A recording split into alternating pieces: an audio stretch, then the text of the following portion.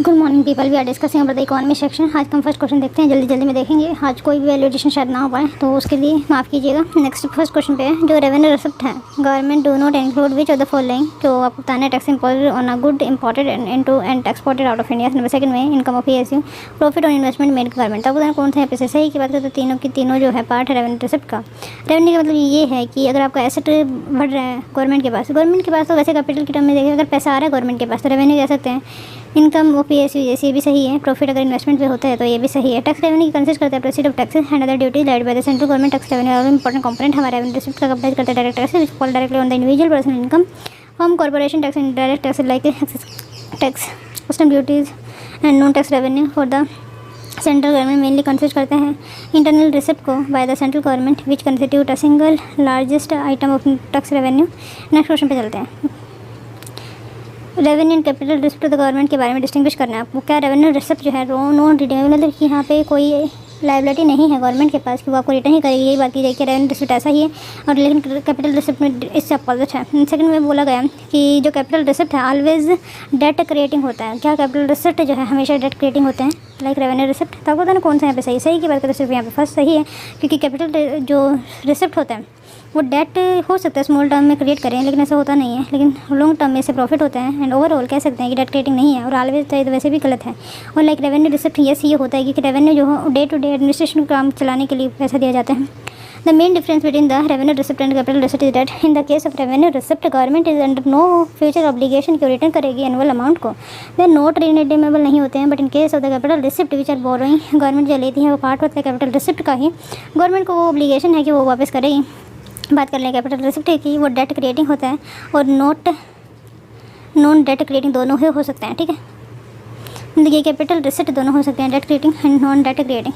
Example बात करें तो डेट क्रिएटिंग के रिसिप्ट है net borrowing by government, home loan receipt from the foreign government, borrowing from RBI. Example non debt creating recovery of loan, proceed from sales of taxes and disinvestment कह सकते हैं। Next question पे चलते हैं। NBFC के बारे में इनमें से कौन सा एनबीएफसी का एग्जाम्पल हो सकता है। Chit fund, housing finance companies, revenue venture capital fund, insurance company, चारों के चारों ही जो है यहाँ पे एग्जाम्पल हो सकते हैं डेट फाइनेंस, जैसे यहाँ पे सही है।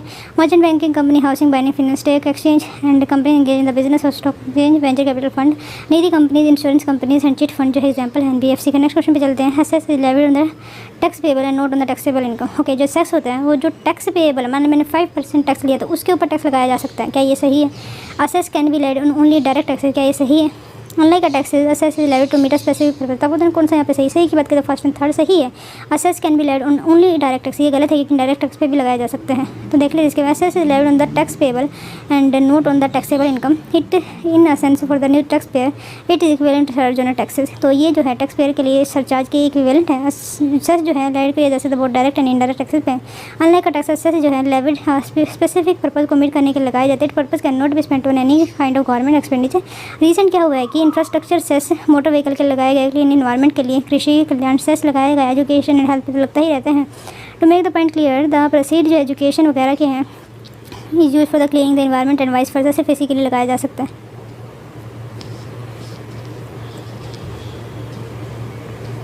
The proceed from the education cess can not be use. ठीक है, नंबर 5th क्वेश्चन पे चलते हैं।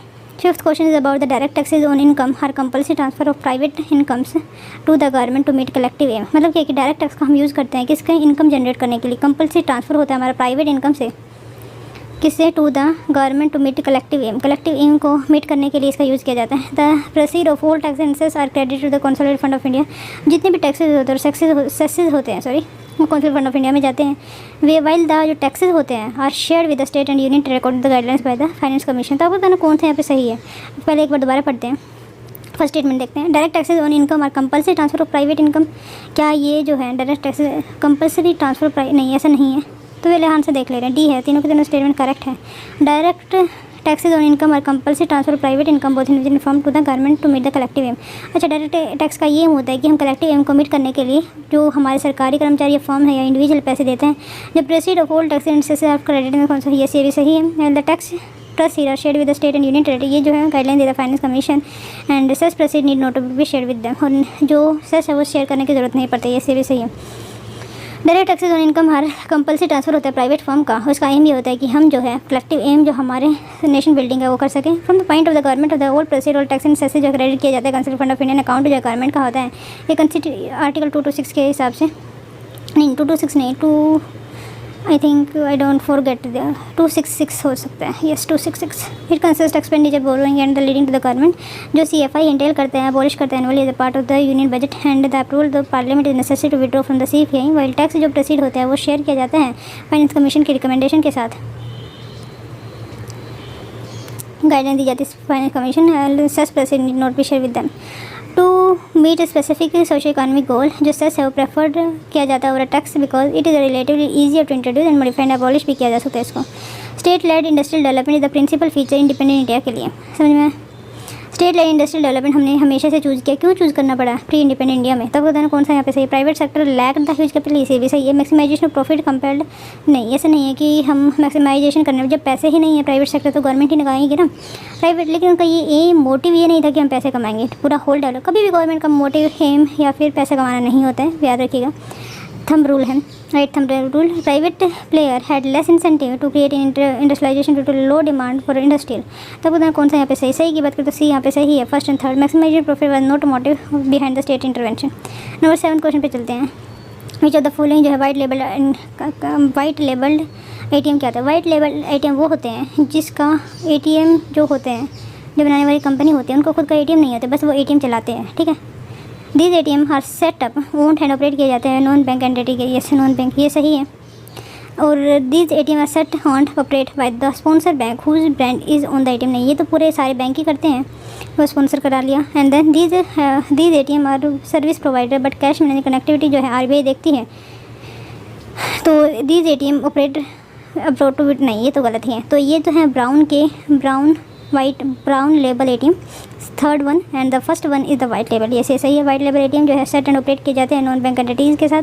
ब्राउन लेबल ATM जो है where hardware and release of the ATM machine is owned by service provider but जो कैश मैनेजमेंट कनेक्टिविटी जो देखता है वो स्पॉन्सर किए जाते हैं ATM के साथ। और ये जो है मैच खा रही हैं हमारी थर्ड स्टेटमेंट के साथ।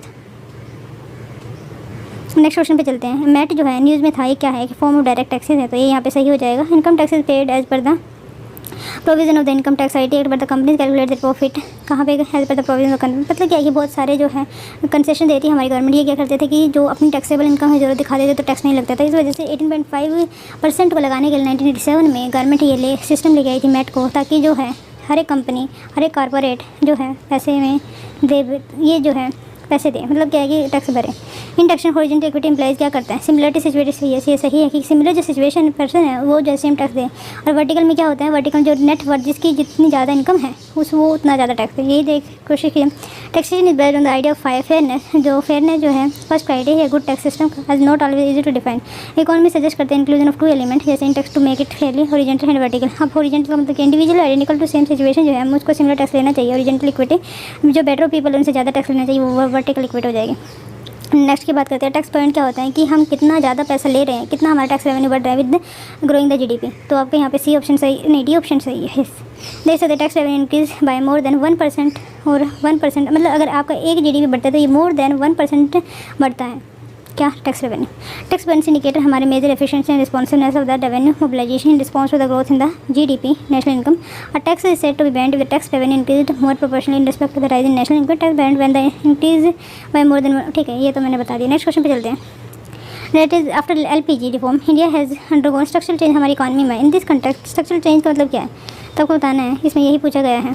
तो चेंज इन डेमोग्राफिक कैरेक्टरिस्टिक नहीं, स्ट्रक्चर चेंज का मतलब हम डेमोग्राफी को कैसे चेंज कर सकते हैं, हम अपनी पॉपुलेशन को कैसे चेंज कर सकते हैं। ठीक है, आप एजुकेशन से कर, लेकिन that is not the impact of the LPG but it is the simple measure by the government कि आपकी रिस्पॉन्सिबिलिटी होती है गवर्नमेंट के वेलफेयर गवर्नमेंट के स्पेशली कि आप एजुकेशन पे हेल्थ पे इंफ्रास्ट्रक्चर डेवलपमेंट में खर्चा करें। Second change in the contribution of different sector of नहीं, ये नहीं है कि हम चेंज कर दें। अच्छा हाँ, डिफरेंट जो डाइवर्सिफिकेशन आता है हमारे लिबरलाइजेशन से। चेंज इन एक्सपर्ट नहीं, ये तो गलत ही है। Change in the production of pattern of ये तो बिल्कुल ही गलत है। स्ट्रक्चरल चेंज जो है रिप्रेजेंट करता है फंडामेंटल चेंज हमारे बेसिक फीचर में होता है economy after long period of time. Structure sectoral distribution income का बढ़ता है। इंडस्ट्रियल पैटर्न चेंज होता है। कंपोजिशन ऑफ एक्सपोर्ट से GDP सेक्टर जो चेंज होती रहती है। Due to LPG reform large agriculture जो बेस्ड है वो ट्रांसफॉर्म नहीं हो पाए और ये ट्रांसफर हुआ है तो सर्विस सेक्टर में मतलब ग्रोथ नहीं हो पाई एग्रीकल्चर में। नेक्स्ट क्वेश्चन में चलते हैं। And inverted duty structure for a particular product can tend to discourage its, मतलब क्या कि इन्वर्टेड ड्यूटी स्ट्रक्चर जो है आपको इंपोर्ट को बढ़ावा दे सकता है और एक्सपोर्ट को रॉ मटेरियल को इन्हांस कर सकता है। तो बताना कौन सा यहाँ पे सही है। डोमेस्टिक वैल्यू एडिशन हो सकता है, ओके ये हो सकता है। एसोसिएटेड फॉरेन FDI नहीं है, ऐसे तो ये कोई रिलेशन ही नहीं है। Imported finished goods as its own raw material, तो बताना कौन सा यहाँ पे सही है। तो फर्स्ट एंड सेकंड सही है। फर्स्ट एंड सेकंड मतलब एन इन्वर्टेड ड्यूटी स्ट्रक्चर, मुझे ये कल भी समझ नहीं आया था और आज भी नहीं समझ में आया, तो मैं इसको बाद में देख। नेक्स्ट क्वेश्चन पे चलते हैं। कैट के रिगार्डिंग है करंट अकाउंट डेफिसिट। जो करंट अकाउंट डेफिसिट है फ्लो किसका देखता है, गुड्स का, सर्विसेज का, investment into and out of the country. Second में जो करंट अकाउंट डेफिसिट है debtor nation in the short term, मतलब क्या है कि मे बी हेल्प करता है डेटर नेशन को in short term. Number third में high software receipt and private transfer can lower current account deficit. जितना भी हाई सॉफ्टवेयर रिसिप्ट होता है, हाई सॉफ्टवेयर रिसिप्ट की बात करें तो वो एंड प्राइवेट ट्रांसफर जितना होगा वो जो है लोअर करेगा हमारे अकाउंट में, तो डेफिसिट कम होगा। तो कौन सा यहाँ पे सही है, ये थर्ड सही है। करंट अकाउंट डेफिसिट में help debtor nation in the short term, okay. Current account जिसका ज़्यादा होगा वो शॉर्ट टर्म के लिए जो है हेल्पफुल हो सके। क्यों हो सकता है, क्योंकि उसकी वजह से उनका जो वैल्यू की जो मनी है वो कम होगी, जिससे एक्सपोर्ट ज़्यादा बढ़ेगा। जो करंट अकाउंट डेफिसिट है मेजर होता है गुड्स एंड से नहीं है, गुड एंड सर्विसेज इन्वेस्टमेंट इसमें नहीं आती। Current account deficit shortfall between, okay तो इसमें डेफिनेशन दी गई है। And the money flowing out on import, current account deficit जो है measure the gap between the money received into the sent and out of the country, और ये money किस वे में रिसीव की जा सकती है, export and import of the good and services, also transfer of money from domestically owned factor of production abroad. The current account deficit constitute net income, interest and dividend and transfer such as foreign aid, remittances, donation among other. Country with rising CAD जो है इनकम्पेटिव होती है, मानी जा सकती है, लेकिन short term में तो ठीक है, लेकिन ज़्यादा में ये जो है वीकनेस दिखाती है आपके पूरे इकॉनमी सेक्टर की। Current account deficit has a positive और negative indicator for economy depending upon running a deficit. Foreign capital is seen to have been used as a finance investment in many economy. Current account deficit help कर सकता है debtor nation को in short term, but it worry in the long term, क्योंकि ये जो है आपकी weakness दिखाती है इनएडिक्वेट इन्वेस्टमेंट अगर होता है तो। नेक्स्ट क्वेश्चन पे चलते हैं। विच द फॉलोइंग जो है डिमांड फॉर इन्फ्लेशन है।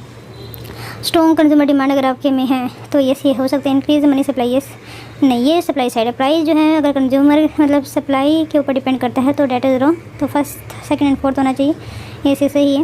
व्हेन द एग्रीगेट डिमांड अगर इकॉनमी में आउटवेट करती है एग्रीगेट सप्लाई से, तो उसको ही हम बोलते हैं demand pull inflation as a result of many dollar chasing up to few good. If a government reduce करती है टैक्स को, household left with more disposal, ये वो ज़्यादा खर्चा करेंगे, दिस इन टर्न जो है लैड करेगा हमारे increase consumer spending and increase aggregate demand also, that also lead to the demand pull inflation. Next cost pull inflation होगा आपका अगर आपके प्राइस को ऑफ हो जाते हैं। नेक्स्ट क्वेश्चन पे चलते हैं। कंसिडर करना following statement regarding call money rate.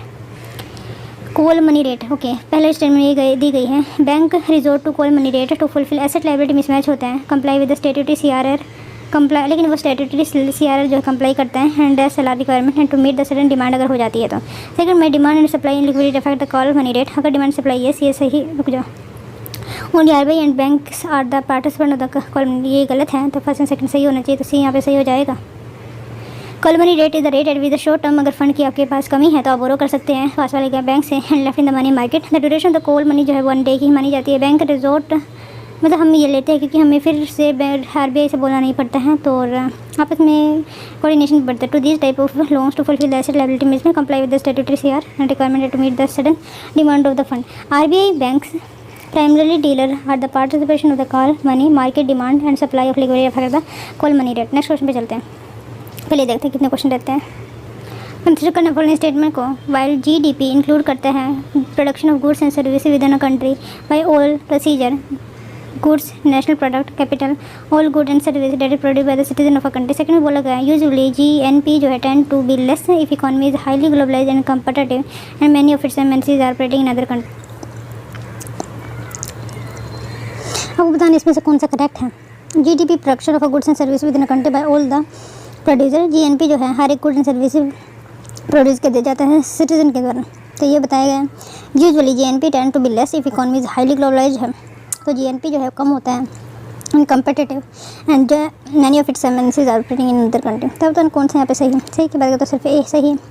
GDP include करता है production within a country by all producer citizen as well as the multinational corporation भी ऐड होता है GDP में।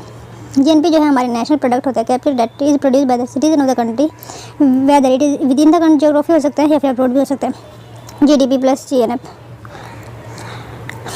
अगर हम बात करें the age of globalisation, one country GDP is another country GNP, मतलब ये अगर हम बात करते हैं आज की ग्लोबलाइज वर्ल्ड की, ग्लोबलाइज वर्ल्ड ये हो गया the age of globalisation, one country अगर आपकी जीडीपी है तो यही सेम जो है दूसरी कंट्री के लिए जीएनपी बन जाता है।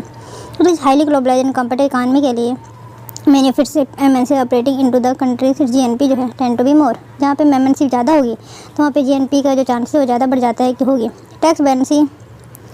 Tax buoyancy responsiveness of tax revenue grow to the GDP if there is an output growth and the tax revenue is not compensated then it's employ. मतलब क्या है कि जो tax buoyancy refer to the responsiveness tax revenue का देखा जाता है with respect to GDP का। पिछली डेफिनेशन हमने देखा था, 7th क्वेश्चन जाकर देख सकते हैं। If there is an output growth, अगर यहाँ पे आउटपुट ग्रोथ जो है टैक्स बेनेंसी जो है कंज्यूम रेट नहीं करते, इट कैन एम्प्लाई। क्या मतलब है इसका? मतलब क्या है कि आउटपुट ग्रोथ मतलब ठीक है आपका टैक्स बढ़ रहा है एंड जीडीपी भी बढ़ रही है बट आउटपुट नहीं बढ़ रहा है। आउटपुट का मतलब किसी भी हो सकता है, आपका एक्सपोर्ट नहीं बढ़ रहा है, इंपोर्ट बढ़ रहा है, इस तरीके से कह सकते हैं।